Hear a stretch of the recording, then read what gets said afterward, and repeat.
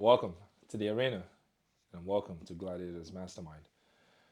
We are going to continue from where we left off. We're going to be covering paradigms. What you're going to learn today is you're going to realize you're a set of programming and you're a bunch of the decisions you make over time. So sit tight and pay attention as we continue to dive in further into the subconscious arena. All right, we are dealing with the subconscious mind. Subconscious mind. All right, and we already knew what the mind is. It's the mental interface navigating design or mental interface nourishing destiny, which is the thing in charge of your experience. Your experience tomorrow, the next hour, the next few hours is controlled and organized by a bunch of neuropathical networks. All right, energy out, right? Your mind is always creating energy out, and you're also receiving energy within. All right, the conscious mind. This is where the decisions is made. I've already covered this in the previous teaching. Decisions are made in the conscious mind, and these decisions, choices, right, goes into a funnel. All right, we'll call this the soil.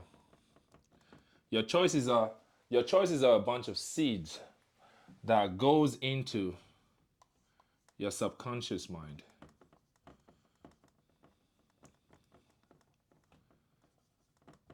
Right. Your subconscious mind, it's called this a bunch of the seed you sow into your subconscious mind is what we call paradigms, which is what we are covering today. We are introducing ourselves to paradigms, right? Paradigms. What are paradigms? Paradigms are a set of programming or set of instruction that you have decreed over yourself. Paradigms are a bunch of choices you've made since you achieve consciousness, right? Those paradigms are then a set of rules, beliefs, facts, ideology, a way of thinking, way of um, talking, your education, the knowledge you have acquired, the way you hang out in the society. Do you like to drink? Do you like to smoke? Do you like to party? Do you like to read? Do you like to swim?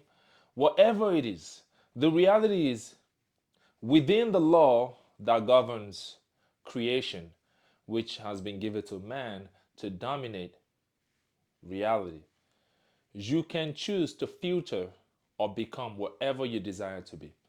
The only difference, what differentiate you from your neighbor, from your brother, from your sister, from your father, from your mother, from your girlfriend, your boyfriend, from your teacher, the differentiating factor of way of life or how you react to other people is called paradigms, right? You're a set of completely different programming. There's a Bible verse, a scripture that says, train a child in the way he or she should go, so when they grow up, they shall not depart from it. I don't have the Bible verse off the top of my head right now, but you can look it up. Go on Google. Train up a child in the way they should go, so they shall not depart from it when they become adults. What it's saying is, you see, when you are a kid or a newborn baby, you do not have a choice or decisions. See, what the parents, when a child is born, this is the parents. The parents are the one making the decisions, which is also why we said charity begins at home, because What I'm gonna cover here is you realize you're a bunch of programming. If you're somebody who was born in India, you have a different set of programming. If you're someone who's born in Nigeria, which is where I'm from, you have a different set of programming. Somebody from Brazil, Dominican Republic, Mexico, California, New York. This thing we call accent, culture, way of life, they are not coincidental, right? These are what we call your paradigms, your programming. Your culture is your programming. Your religion is your programming. Christian, Muslim, whatever it is. If you were born in India, you could have been a Buddhist, right? If you were born in the Middle Eastern countries, you might be a Muslim. But does that mean you don't have the image within you, right? Every single one of you has the mind, the Christ consciousness, which is a subconscious mind. It's in every single one of you. However, I understand religion has created a lot of divide in the world today. But that's another teaching for another time as I continue to teach you what the paradigm is all about. Programming. Whatever you think makes you special is a set of programming. Whatever belief system you hold is your paradigm. Whatever food you enjoy eating, or the way you love to eat your food or cook your food, programming. The books you like to read, the friends you hang out with, programming. You are a bunch of programming. Now, your parents are making decisions for a newborn baby. A baby, until the child achieves his or her own consciousness, right? Consciousness meaning they start to make decisions. The mom can say, James, would you like to eat this? They'll say, no, I don't want to eat that. But prior to that, few years before that, the child is going to eat whatever the mother cook because they don't make any choices for themselves. The parents do. All of a sudden, the baby or the young child will start to maybe alter some belief systems, either influenced by friends, your school system, political parties, or the community in general, right? You're going to start to see paradigms alter, right? Some parents will start to question what their kids are doing, and some parents are confident in the paradigms and the set of programming they have instilled in their child. Nonetheless, not all paradigms are good or bad. There is no good or bad, there is only perception. Because the law of perception says you don't see the world how it is, you see the world how you are. Now, when you look at other people that have different sets of belief from you, you don't see them as though you're better than them. They just have a set of different paradigms. You don't have grace and mercy on others. How you perceive them is how you are. It's you who are certain unconscious bias over other people, right? So that dictates what you are. You are the change you want to see in the world, right? The world doesn't change to you. It's either you change to the world and you experience it or you don't. Parents make decisions and the child has a bunch of programming, and those programming dictates the child's reality. All right? Reality. Let us assume this is a child that grew up in a poor society. Kid is poor, right? So the child observes, because the eyes is not for the sake of seeing, the eyes is for the sake of observation. You see in and believe inward. You see within. What it means by seeing within is you see with the mind's ability of what we call imagination. Your mental image to the nation is how you actually see. That which you see, that you desire, when you feel it and you close your eyes, is what you already have in abundance. Everything is already created. Creation is already complete and perfect. Alpha and Omega, the beginning and the eternity. There was a beginning of creation. creation, but creation never ends. It's eternal. You cannot die. You're indestructible. Krishna, the indestructible mind, which is what we call Christ mind, Christ consciousness. Indestructible. You never die. You're eternal light. You see with your imagination. Now you observe where you currently are because the mind is living in a temple. You observe your environment, your society. It could be a country you go on a vacation. You observe where you go to work, where you go to the gym. You're an observer of reality. You're seeing all these things. You're collecting data. Those data you're collecting now, because we're talking about paradigms, they go into your physical sensory organs, your tools. You have tools. Your body is a tool of the mind. All right? You can see, you can hear, you can smell, you can touch, you can taste, right? This tool of yours are merely for the sake of collecting data, right? They are not for the sake of believing as fact. You see, the only thing that remains unchanged is the laws that govern nature. That's it. The laws of vibration, the laws of attraction. The law of vibration is the law of creation because everything vibrates. Let there be light, sound energy, light energy. Let us, those words that were spoken are energy, right? That's what Albert Einstein said. Everything is energy, and that's all there is to it. There is no, energy is neither created nor destroyed. It's transformed from one form to another. Whatever you decree with I am, you're going to experience it because that's sound energy that's going to create an experience. It might not be immediately, but you're surely going to experience whatever you sow with your sound, with your voice, or your thoughts. Now, back to the sensory organs. A poor child observes their reality. Then they can see their environment is poor. They're probably touching poor stuff, right?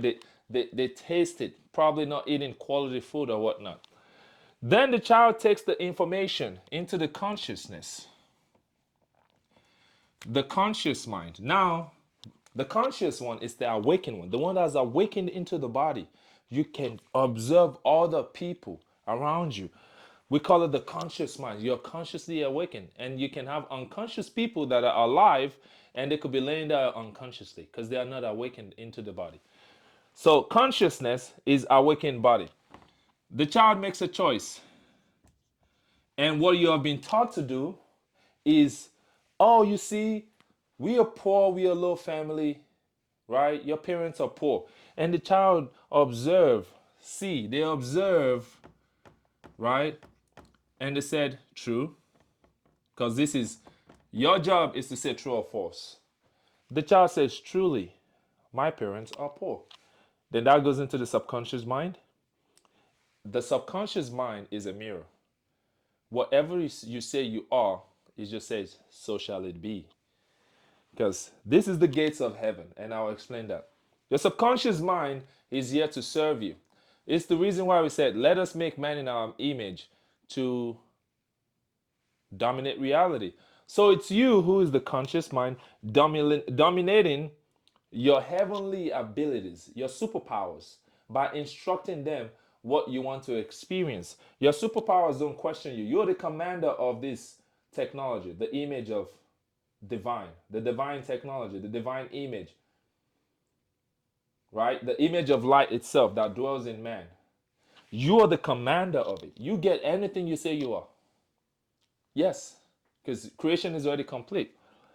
Then that goes into your subconscious mind that true, you agree with what your eyes observe that you are poor. So your subconscious mind creates more experience of poverty. No jobs, compared to light bill, suffering, right? In a terrible predicament. And that persists. Then that child continuously become poor.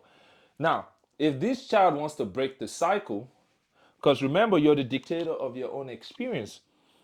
Though the current observation says the child is poor, if this is continually to be persistent, and this was a state previous state of the child's mind. You see, today's experience is yesterday's thoughts.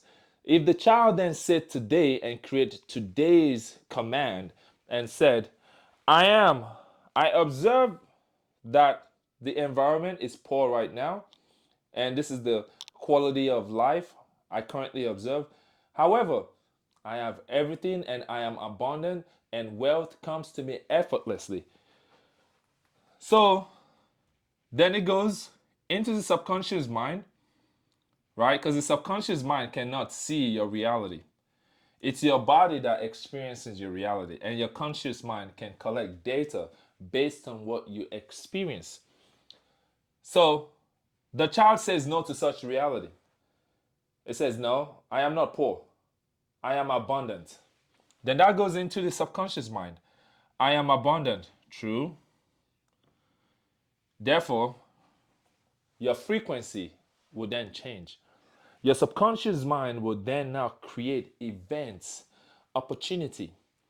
The network of people you will meet will now organize a perfect event that you don't need to know how it happens. People call it coincidence. Some people say it's a miracle. Oh my gosh, you won't believe this. I got a promotion. Wow, I got a scholarship. I'm finally going to be a doctor. Finally going to be this. Man, I've been saying I was going to be, and it's finally here. You think it's a coincidence. No, it's your paradigm. You have been changing your paradigm. You've changed your programming from you're poor to you're abundant. Therefore, abundance is attracted towards you. You are not chasing or wishing for something. You're already everything. Your only task is to issue a command.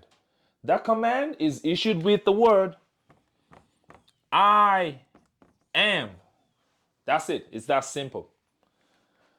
The way you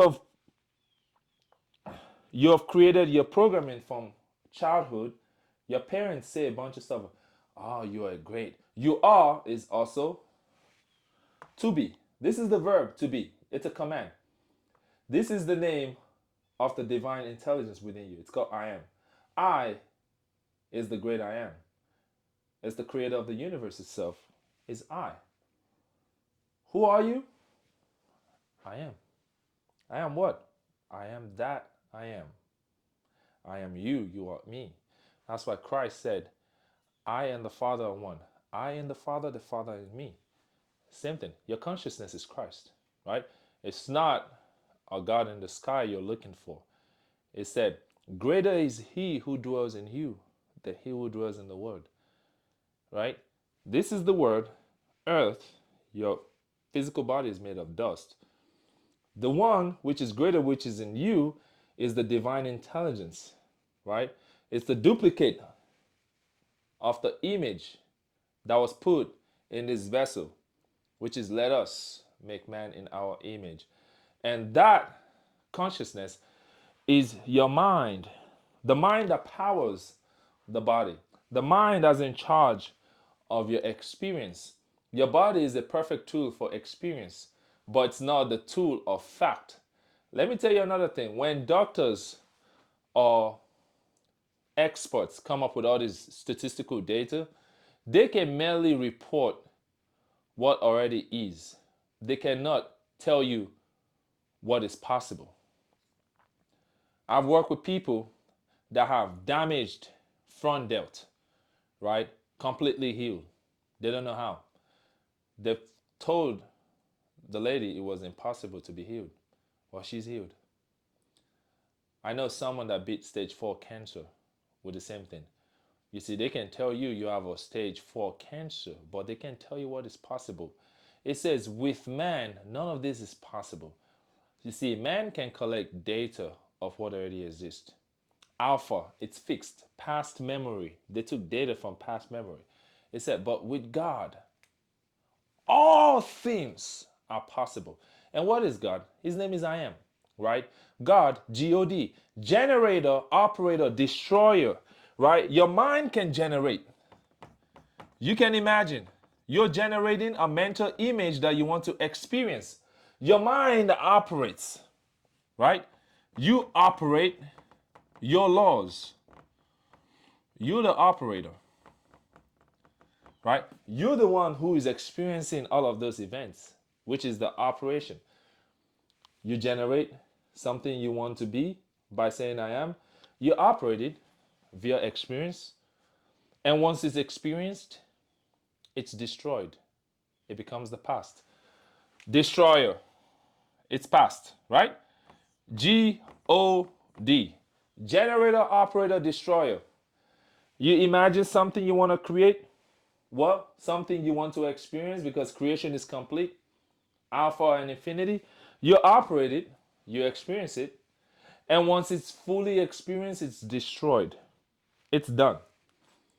It's a completion. G-O-D. Generator, operator, destroyer.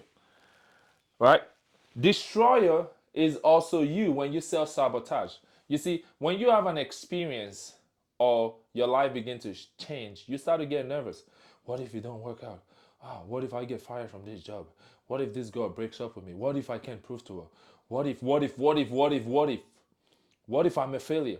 You see, you are the devil's advocates. You are the self, God, and the devil, all in one, because you are complete. You're the devil. There is no devil out there doing anything. The spiritual warfare that you are fighting, it's you versus you. You see, you have to master self. It's you who is dictating your experience. If you self-sabotage destruction, you shall experience destruction. You will get fired from that job. Your relationship will fail because you said so. However, if you also focus on the possibility, the optimist versus pessimist, you have a choice, good or evil. Should I be optimistic about this opportunity or a pessimist? There is nobody doing anything to you. It's all you. All right? So you have to work on that. Change your perception, change your perspective on things, and things will change to you. All right? Be careful what you say. Now, let me cover this quickly uh, before I end this lecture. You see, there's something you do every night when you go to bed. It's a ritual. See, when you're no longer conscious of your physical body when you go to sleep, do you think you're getting rest? You're not going to rest. You never rest. You're performing a ritual. You see, your conscious part, this is what happens when you go to sleep. All right? This is why when you go to sleep, you have to go to sleep with a good heart. Your subconscious, we call this the soil. All right? This is heaven. Heaven works for you, either good or evil. It does whatever you ask. It's you, man. You have been given the consciousness. Together you have the mind. You see, when you go to bed, you're no longer awakened in your body. It's because your consciousness, the awakened part, has now entered into the subconscious to form a union. We take a bunch of commands you've said about yourself that day. When you go to sleep, you've gone into the soil of creation and plant a bunch of seed. Every single night when you rest, that's what you're doing. You're planting seeds. All the seeds you've spoken out, you have gone and done, so shall it be. You are performing a ritual when you go to sleep. That's how you can dream and you're somewhere else, you're jumping, you're flying, you have superpowers. It's true, you do have superpowers. It's because within this body, this physical body is designed for the sake of experience, not to fly. But you can be anything you desire to be outside of this body. But when you go to sleep at night, you are forming a union. The conscious and the subconscious are mating together, right? They become one. This is what Christ was saying. I and the Father are one. Christ is your consciousness. The Father is the subconscious. The Father is everything. Everything you desire already exists in the subconscious.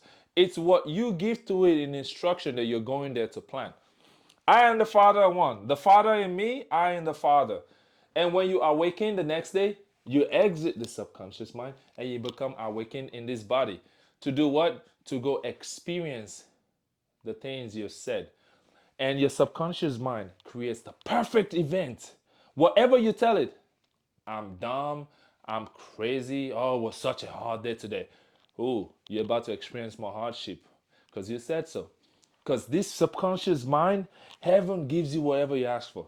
He said, whatever you ask for in my name, I give it to you. Whatever means positive and negative. Whatever you ask for in my name, what's the name? The name is I am. I am that I am. That's the name. That's the name of the Father. I am. And how often do you use that word? I am hungry. I am wealthy. I am tired today. I am so angry. I am so not loved. Yada, yada, yada. Have mercy on yourself. Slow it down. Back it up. Back it up. You're rushing. You're just spewing a bunch of curses at your own experiences. You're the movie director in your own experience. Are you really angry? Are you lonely? Do you want to become lonely? I know you don't mean to be lonely. Oh, I'm just gonna be an old lady and die with cats.